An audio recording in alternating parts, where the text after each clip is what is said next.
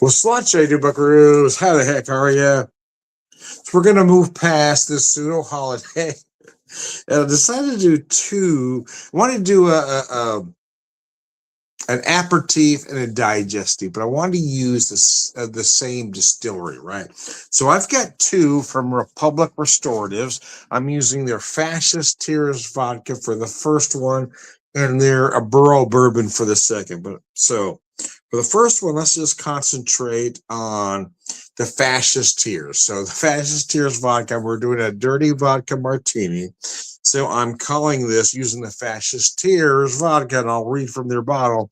So, but I'm calling this one the Dirty Dissident, since we're doing a dirty martini. You see the correlation there. Anyways, let me see if this is working here.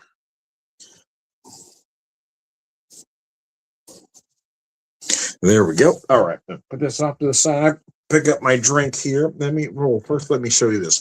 This is their Fascist Tears vodka. It's very interesting vodka, very clean. It's an 80 proof vodka. Women owned, crowdfunded. Their products are just insane. I'm a big fan. So I picked up their Fascist Tears vodka, their Borough Bourbon, and their fuck around and find out purpose rye. And typically for the drink I've concocted, the rye, a lot of folks might think the rye would be more apropos, but for my purposes, I wanted to use this bourbon anyways. But the first cocktail, let's concentrate on this one. The Dirty Dissident, basically a dirty vodka martini, but I'm using this product, which is why I named it what I've named it.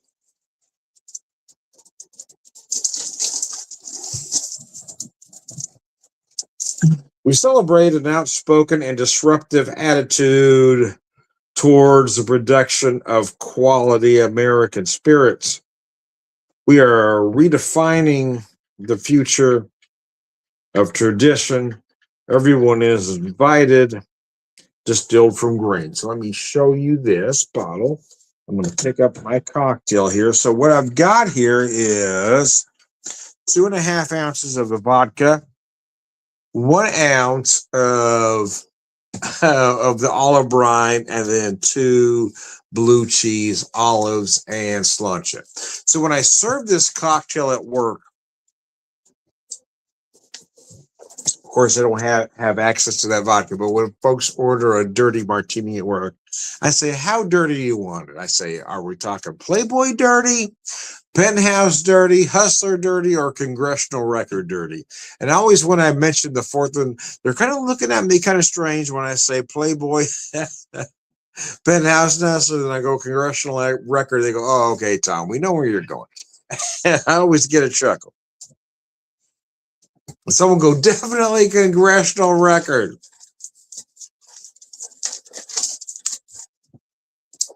Anyways, I digress. Yeah. I know. Sometimes I go too far, I've been told. I've been told. And I've been told. And I've been told. But I can't give up the joke, man. I can't let the joke go, man. How is that not funny?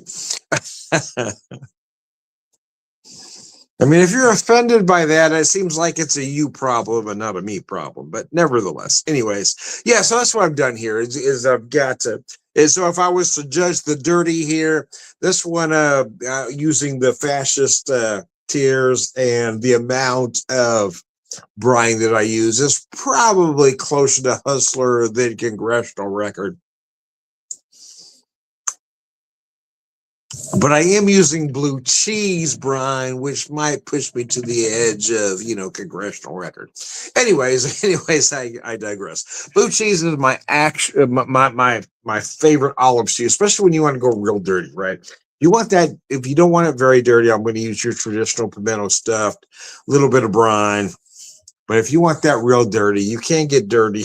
If you want Congressional Record dirty, you gotta have those. You gotta have those blue cheese stuffed olives, man, because nothing will make a martini dirtier.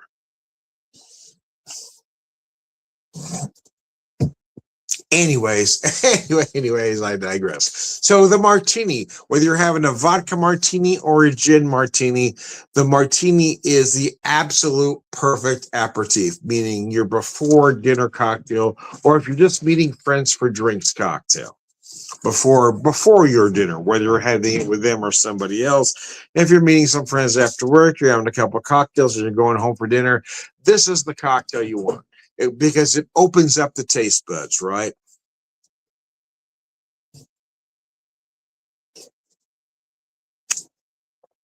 You want that gin or vodka. You want something that will stimulate your taste buds.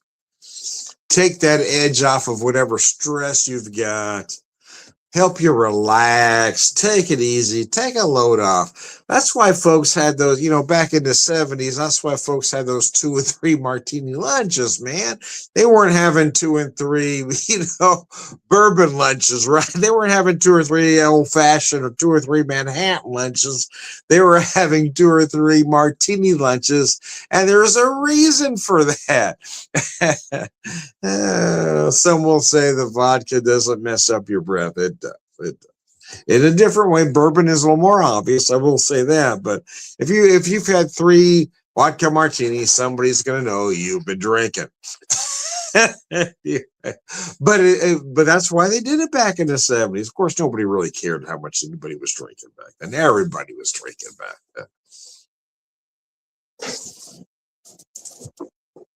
Your Little League coach already had 3 martinis before the practice. I mean, come on. It was a different time, man. Everybody expected everybody to be drunk by 5 o'clock. It was just kind of the way things were done back then. In fact, I'm not sure I'd have trusted a Little League coach. That wasn't half in the bag.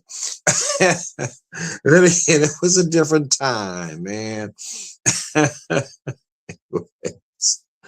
All right, Tom, sometimes we're not sure if you're serious or not. And that's kind of the, as I like to tell people, half of what I say is the absolute truth. Half of what I say is complete bullshit. It's up to you to decide which half is which. And the problem is it's not always the obvious half.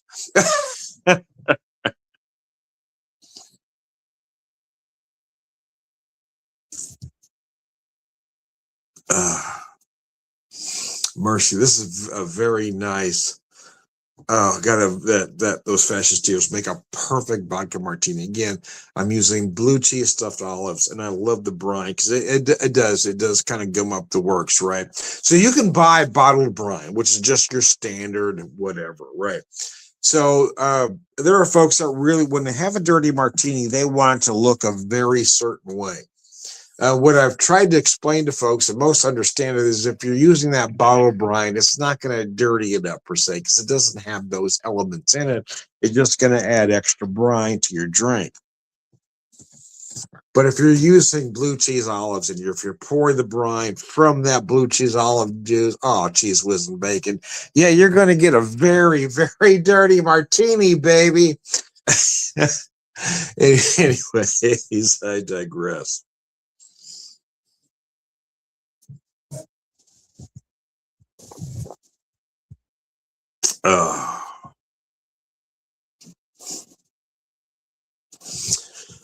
Oh, mercy. Yeah, that is a nice cocktail.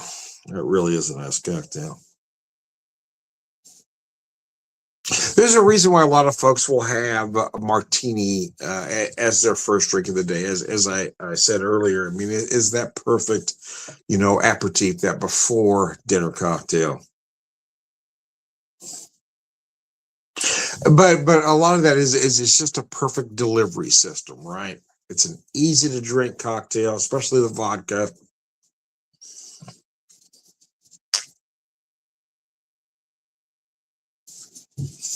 If you want to really take that edge off fast, this is a nice cocktail to have. So anyway, Slancha.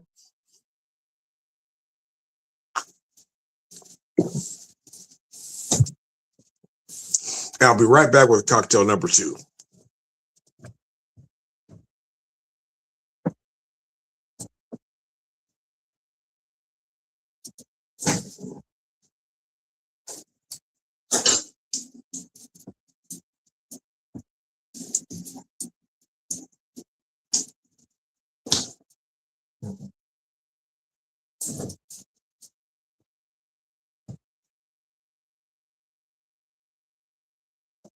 So although I'm serving this Sazerac style, because that was kind of the idea, is to serve it Sazerac style. It is not a Sazerac. It has some Sazerac components to it, but I've also taken some liberties, so it's not a true Sazerac. So I wanted to take this orange peel, run it around the rim, just like you would a true Sazerac, get those oils out there, but then you discard it. But I did use an absinthe rinse, and I have the Neely family Absinthe Verte. This is a 120 proof absinthe, so I'm using that one.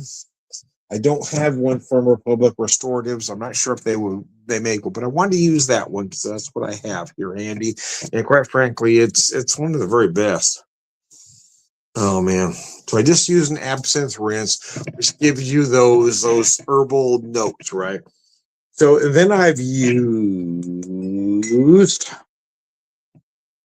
the Borough Bourbon. This is an apple brandy finished bourbon. Outspoken, disruptive American. So I'm calling this one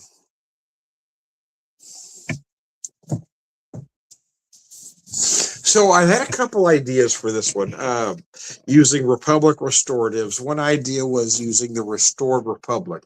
But here's the problem with that name is we are not a Restored Republic yet. We are very much in disarray. So I'm calling this one the Borough Rebellion because I'm using this bourbon. Now, if I use that right, I got a different direction, but I wanted to use this bourbon for this one. So I'm calling it the Borough Rebellion. This is a 92 proof bourbon. Again, women owned, LGBTQ led, crowdfunded. That's what I love this company, man. So here's what I did here. This is why this is not. I'm going to tell you why it's not a Sazerac. One, I'm using bourbon, not rye. I am using an absinthe rinse. I did do the orange peel like you would in a Sazerac, but I'm not using a sugar cube or any a sugar or simple. What I added to this out of curiosity was some Grand Marnier. So I did some Grand Marnier.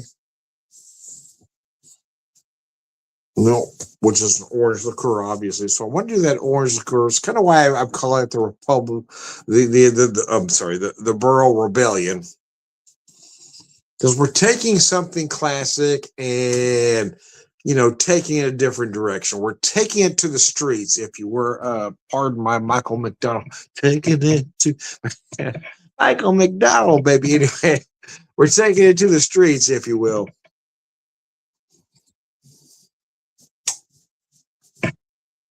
So we're using a 92 proof bourbon. We're adding an 80 proof orange liqueur. We're adding a 120 proof absinthe rinse, and then some Peychaud's bitters. So I have the elements of a Sazerac, but we're taking it in quite a different direction. So that's why I'm not calling it Sazerac, and I'm calling it the Borough Rebellion. And folks at Republic Restoratives, if you choose to steal my recipes, I'm okay with that. You don't owe me anything. I'm not looking for, a percentage, a cutback. You don't have to give me any free product. Nothing at all. I'm just telling you, I love your products. These are the recipes I've come up with. If you want to steal them, they are yours, man.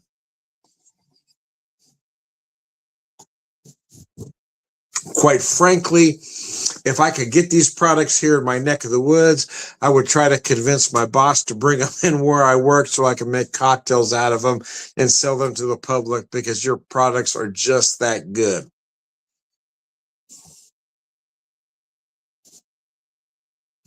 Oh, man, this stuff is good.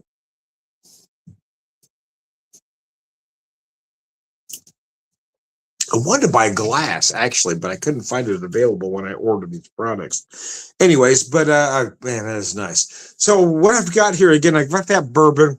I've got the Grand Marnier orange liqueur, and I've got that little bit of that absinthe rinse, and that just adds a little bit to it, right? So uh, that bourbon is beautiful, right? So I got these nice big uh, uh, caramel and vanilla going on. Then I've got those big barrel notes in the finish, a lot of oak, a lot of spice. But then I've got that wormwood, right? I've got that absinthe that just kind of tacks on to every drink. And then that Grand Marnier, which is that great big orange liqueur. This is just insane. This might be my all-time favorite cocktail, actually. Yeah. With that, because I like to make a Sazerac, and I use the sugar cube, but I've taken out that sugar cube for the orange liqueur. I'm thinking, damn, I like this better. I feel those orange on the nose, that wormwood, this beautiful bourbon. I may have to do a version of this using that fuck around and find out rye, but I really want to do this bourbon. I was looking for a very specific flavor, and I knew this bourbon would get me there. So. Which is why I'm calling this the Borough Rebellion again. The Dirty Dissident and the Borough Rebellion, folks at Republic Restoratives, please steal my recipes if you like them. You don't even have to give me credit. I don't care.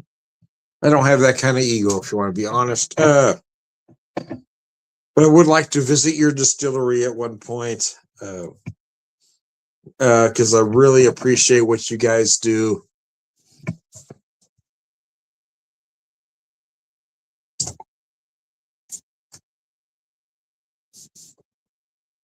I got asked the other day, and it wasn't a hypothetical question, really. It was an honest question.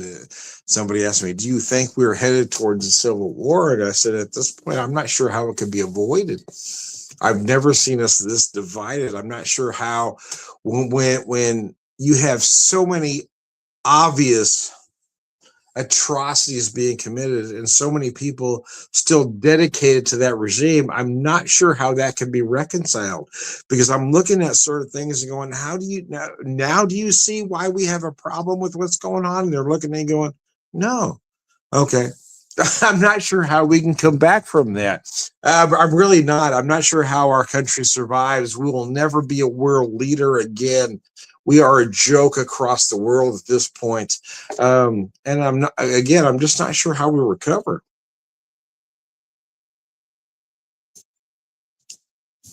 Of course, me, I'm a lover, not a fighter, so I'm not sure what's going to happen.